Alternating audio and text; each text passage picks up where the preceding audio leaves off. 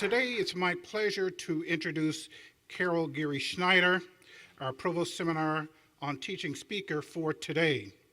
Carol is president of the Association of American Colleges and Universities, AAC&U. With more than 1,300 member institutions, AAC&U is the leading national organization devoted to advancing and strengthening undergraduate liberal education. I met Carol in the early 1990s when she spearheaded AAC&U's very successful initiative, American Commitments, Diversity, Democracy, and Liberal Education. I should note that the University of Michigan gained significant benefit from its participation in that initiative. One major outcome here on campus was the establishment of the multicultural teaching and learning component within CROT, subunit that is headed by Associate Director Kriska Beerward. Under Carol's leadership, AAC&U launched Liberal Education and America's Promise, LEAP, a public advocacy and campus action initiative designed to engage students and the public with what really matters in a college education for the 21st century.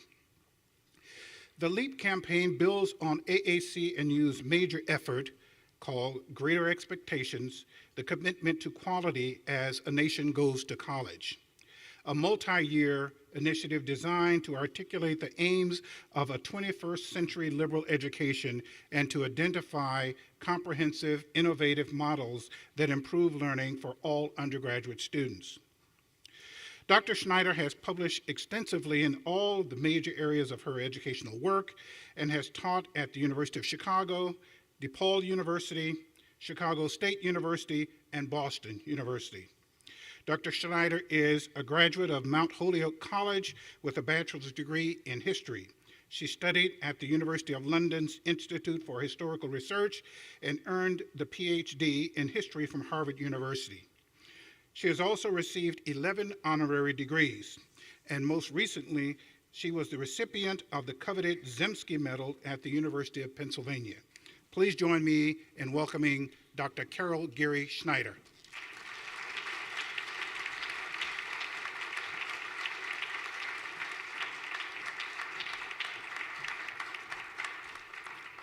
Well, thank you, Lester, and thank all of you for that warm welcome. It's a poignant moment for all of us, I think, as you anticipate so many transitions at the University of Michigan, and in particular gathered later today to pay tribute to Lester Monts, who has been my mentor as well as your maestro and colleague.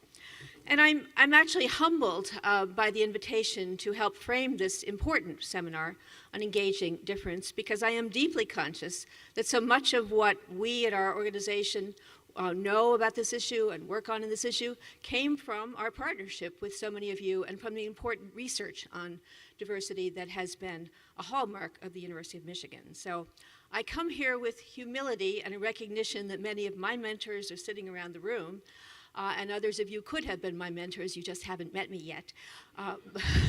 But I do actually have a few things I would like to say, and I appreciate the opportunity to share some insights from our work, our national work on diversity, democracy, and inclusive excellence, a term I'll explain in some additional detail, as you think about where you go next in your leadership, national leadership and local leadership for diversity and a more equitable democracy. How are the acoustics? Can the people in the back hear me well? If you can't, just put your hands up and I'll raise my voice. So we're going to talk about three things in the next few minutes. One, what it really means to prepare students for a world that is shared in common but lived across difference. Two, I'm going to urge you to seize the national leadership role again to help our nation re-engage the larger purposes of college learning to which engaging difference is so essential. And then I'm going to share a couple of practical suggestions about things that I think higher education generally should be doing and that I hope you will take seriously as a possibility for your own leadership at the University of Michigan. Now, the backdrop to all of this, as Lester has hinted, is the work AAC&U is doing now that we call LEAP, Liberal Education and America's Promise. The subtitle of this is Excellence for Everyone, longer description, everyone, especially those who have historically been marginalized and still do not have equitable access to excellence in our society, as a nation goes to college. There are 3 pieces of this work that figure in my discussion of engaging difference and my recommendations to you for actual practice: our work on essential learning outcomes, our work on practices that actually pay off in higher levels of persistence and learning for students, and our vision of inclusive excellence. I don't have time to walk you through all of this, but on your chairs you will have found, I hope, a handout full of, we specialize at AAC in one-pagers. So 1 page on LEAP at a glance, 1 page on the essential learning outcomes, several pages on research on high-impact practices. That's the backdrop. But before there was LEAP, as Lester has already said, AAC&U did work for a decade with colleges, universities, community colleges around the country, and with the University of Michigan as a critical partner in what we called then American Commitments, Diversity, Democracy, and Liberal Learning. And the purpose of that initiative, which it flows directly into the LEAP vision. So I want to spend a little time on it for you and lift up from it some of the multiple meanings of diversity and engaging difference that we drew from it. The first was the notion that we needed to not just address diversity as an issue in itself, but rather explore its critical role in our democracy, the connections between them, and the way we might think about the democratic purposes of our work on diversity. And secondly, and crucially, the articulation of higher education's role in educating people who would see themselves as both prepared and inspired to work with people different from themselves and to take responsibility for building a better world. So in American Commitments, we elaborated 2 definitions of diversity, all of which should be familiar to you, but I think it's worth spending some time on. One is diversity is simply the variety in our society, our community, the people in all their particularities who make up our neighborhoods, our communities, our society, and our world. It's in that context I've given you in this handout your own vision statement that your university says it celebrates and promotes diversity in all its forms. It's the notion that we cherish this variety. But we went further in American Commitments, and we said that diversity becomes a test of whether or not our democracy is succeeding. When liberty and justice and equality and opportunity and all those democratic values apply to everyone, to all our neighbors and fellow citizens, then diversity shows us that we are succeeding with our democracy. But of course, that's not the nature of our society at all. It's not the nature of our campuses. That's what your students are telling you. It's not the nature of our society. We are, in fact, divided, stratified. And when diversity becomes code for patterned inequities and systemic exclusions and stratifications, then, in fact, it is a symptom of democracy's failure. And it is a call to the work that we need to do. So the LEAP vision for learning, for the learning students need for success, as we like to say in the 21st century, is deeply informed by both these conceptions of diversity. It is informed by a recognition that part of what students need to learn about in college, all students, not just some of them, are those ongoing multiple struggles for justice, for full inclusion, for voice and dignity that frame our own society and that are important in countries around the world. They need to look at these issues historically to understand this as a journey we're all still on, and they need to look at it contemporaneously. But secondly, and this was the key call to action from American Commitments, we need to see all of ourselves as helping our students build the knowledge, the skills, and the sense of principled responsibility to make progress on all the unfinished work of creating a more diverse democracy. Now, this LEAP vision, with its commitment to diversity written across all of it and to democratic responsibility, has in fact become very widely embraced in higher education. It was drawn from educators, and when educators looked at the vision, and I've given it to you on page 3 of your handout, the essential learning outcomes, they say, yes, of course, this is what we want for our students. But this vision is, in fact, living side by side and in active tension with a far more reductive conception of college as job preparation only. And we're now having a national discussion, as I'm sure you all know, led by our first African-American president, about calculating the return on investment, the economic financial return on investment in part of a rating system being proposed for higher education.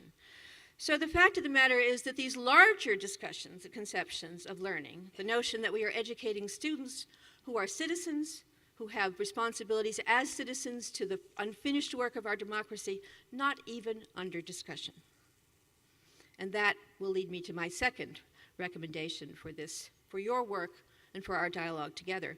But before I go there, I want to emphasize, as Michigan demonstrated so very well in its fight for affirmative action, diversity competencies and experiences are both needed and highly rewarded in the 21st century workplace. You proved that. It's amply documented in all the research you sent to the Supreme Court. And we, among many others, have commissioned several series of employer research, which each time reaffirms the economic value of diversity competencies. So if you look on your handout at the employer priorities for college learning outcomes, you will see by very strong, overwhelming majorities, employers think we should be spending more time developing diversity capacities to get people ready for the economy. So I'm not arguing against the role that we play in preparing students for today's workplace, but I am saying, and this is my second point, that our society urgently needs a larger and far more comprehensive conception, a shared conception of the core aims of education. And if we had such a conception, and I would love to see the University of Michigan take a leadership role in developing it, then it would be far easier for your students, for our stakeholders, for our publics, for everyone to see why engaging difference is not elective. It is integral to everything we are trying to achieve as an educational community and as a democracy. Because of your standing, your stature, and the kind of national leadership you've already played in establishing diversity as a compelling public interest, the University of Michigan can, and I hope will, actually play a role in developing that much-needed public vision that pulls us back from a reductive focus on the tight connections between college and jobs and says it's not just the economy. We have responsibilities to our democracy and to the global community as well.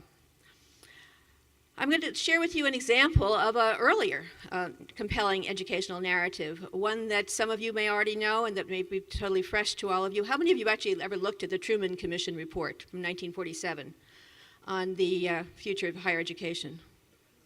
A couple. Okay, well, I am bringing you new information. I'm fulfilling my training as an historian. 6 volumes. These days we put out a 30-page report on the future of higher education. That's how long the Spellings report was. This was 6 volumes, but across these 6 volumes it articulated 3 fundamental purposes for higher education, principal goals. And here's what they were, 1947. Education for a fuller realization of democracy in every phase of living. Education directly and explicitly for international understanding and cooperation. And my favorite, education for the application of creative imagination and trained intelligence to the solution of social problems, societal problems. Now you may notice what is not there, not a word about the economy, although obviously the application of creative imagination and trained intelligence applies to the workplace as much as to society. But that's what we were saying in 1947, and it helps to underscore how far we have come down from a much larger conception of what education is supposed to be about. I believe we urgently need, as a community, this larger overarching conception. Now, AAC&U as an association, as some of you know, has done its damnedest, frankly, to try to promote such a conception.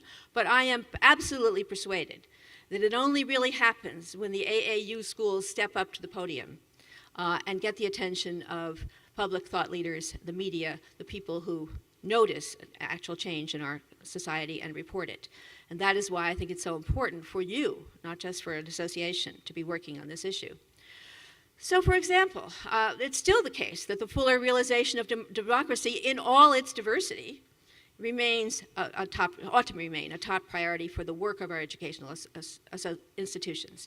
Global cooperation, economic innovation and creativity, absolutely crucial to our future as a prosperous democracy, and solutions to the world's most urgent problems. If something like this comprised our shared vision for the overarching purposes of education, it would be not only easy to make the case that diversity and engaging difference is essential to success with every one of them, but in fact you have already made that case to the Supreme Court. You have documented it with research done here and gathered from elsewhere.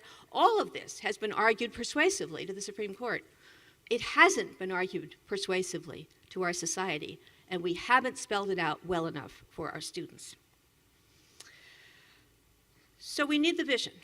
And I believe that one of the reasons we struggle, you struggle, to make engaging difference in the classroom level, at the curricular level, in your engagement with societies, more persuasive and powerful and compelling for your students and for your society, is that we don't have this vision. And so people don't really have a sense of the role you play in building capacity for our democracy to solve those urgent problems. And that brings me to the third and final part of this talk. The recommendation that AAC&U is going to make through its LEAP work, and that I hope you might be partners with us in bringing to fruition for your students. As I'll show you, it wouldn't take a whole lot of change in your language to embrace this direction, but it might take quite a far-reaching change in a culture which takes pride in many different pathways forward to undergraduate education at Michigan. So the basic notion builds from that American Commitments vision, that when you come to college, you are here not just to complete your major, not just to find your career, not just to be prepared for a job, but also to build solutions for America's future as a democracy, as a still divided and stratified democracy, and as a global power with unusual influence around the globe. So what does it take to actually build the capacities to move toward a more just and equitable democracy? Clearly, citizens need the capacity to envision something we have not yet known. That's part of what education is about. It allows you to explore the problems, the implications, the possibilities, not just what you know, but what you could help to create in the future. You need the analytical skills to test alternatives, evidence-based reasoning, scholarship, an understanding of what's been done and what hasn't been done and what's possible. You need the desire and the capacity to work together across difference to solve problems, because there is no important problem that we face as a society that any one of us, can solve alone, or with the lens of a single discipline. We need experience, practice in working together across our differences to solve important problems. We need the judgment to take into account the larger context and the equity consequences of different alternative choices of action, so that we are not just trying in a technical way to think through the best solution, but we are engaging the voices, the perspectives, the experiences, the histories, the insights of all the different people who need to be at the table in solving a problem. And we need the commitment, the recognition that it is our responsibility to devote time and talent to the making of a better world. These, I would argue, are the things we ought to be telling our students. You are here to build these capacities, yes, for your career, but also for your society, and every one of you has an obligation to do this. And so the key idea is that we might envision college study as essentially guided preparation for each student, to identify and work across the course of their studies on a significant public problem or topic, pulling together in maybe the last 2 years of their studies, courses, projects, experiential learning, active learning of various kinds, and collaborative engagement with diverse peers and communities. So that as we look at a student's portfolio, and I know Michigan's a big source of e-portfolios, we see not just the courses taken, or even just a project done, but we see questions that students saw as sufficiently significant to themselves to spend time and intellectual talent working on them, to develop insight, expertise, and colleagues who can work with them on these problems. Now, on the back page of your handout, if you pick this up, everybody have this? These are excerpts from the vision statement that I found on your website. And the last paragraph of the last sentence of the second paragraph on the vision statement says, "We encourage our students, faculty, and staff to transcend disciplinary boundaries by tackling complex and vexing challenges that face modern societies at local, national, and global levels." The one real change you need to make in your vision statement is to say, we expect, we charge, not we encourage. But that is what a great university is for. It is here to help our students build the capacities they need to be part of engaged, progressive work on problems that need to be solved, problems of interest to the student, problems of importance to our society. This proposal builds on all the research that AAC&U has done in partnership with you and others on high-impact practices and their benefit to diverse learners. And if you're not familiar with that work, I've summarized it in the handout, a list of evidence-based practices that have a positive benefit on both on students' persistence, their likelihood of staying in college, but also on the quality of their learning. And you'll see some of the research, portraits of the research in that handout. But it also links high-impact practices to problems we need to solve across difference as a society. So we know from the research that the more students are engaged in undergraduate research, experiential learning, internships, senior projects, the more they do that kind of thing, the more they're likely to stay in college and the more they are likely to report that they learned in college. The shift that I'm making here is that we ask students not to just do these things because an internship or a senior project is good in itself, but because it is part of their in-depth exploration of a problem that matters to them as individuals and to us as a society. So if we thought about this, then the first-year experiences would be introducing students to illustrative questions and problems and the role that a research university plays, including difficult dialogues about the meaning and the best approach to those problems. The rest of the educational experience would build each student's capacity to and practice in solving or grappling with significant questions. And the student's portfolio would demonstrate deep engagement with one or more problems that matter to them and that matter to our shared future. I would argue that both for citizenship and for work, students need this kind of experience in working with others on difficult questions. And again, this is a civic capacity, but it's a employment capacity as well. In our employer research, the top-ranked competence in responding to surveys that asked employers to say, whatever their major, all students should do one or more of the following. 91% of employers said all students should, whatever their major, have experience in solving problems with people whose views are different than their own. They see that as a crucial workplace skill. I see it as a capacity for which our society is starving. Starving. We have so much need to solve problems that we are barely tackling, much less, in fact, improving as we move forward. Now, disciplinary inquiry would still be foundational in this. I'm not arguing against disciplinary expertise, but I am saying that students need, all of them, active practice in connecting the insights they get from their discipline with other disciplinary perspectives, with other people's viewpoints and experiences, and with experiences that come from the community as well. It can't just be the academy. So my 4 recommendations to you, that will you help us together as a leadership community articulate that compelling vision for college learning in the service of a diverse and globally engaged society. That we set out to connect our general education requirements and our specialized studies with the world's big questions in all their variety, and almost all of them are going to require serious engagement with difference. That we focus our curricula and our co-curricula on developing those powers of the mind and heart that I've been talking about, and that we expect each student, yes, every single one of them, to devote time and talent to signature problems of their own choosing.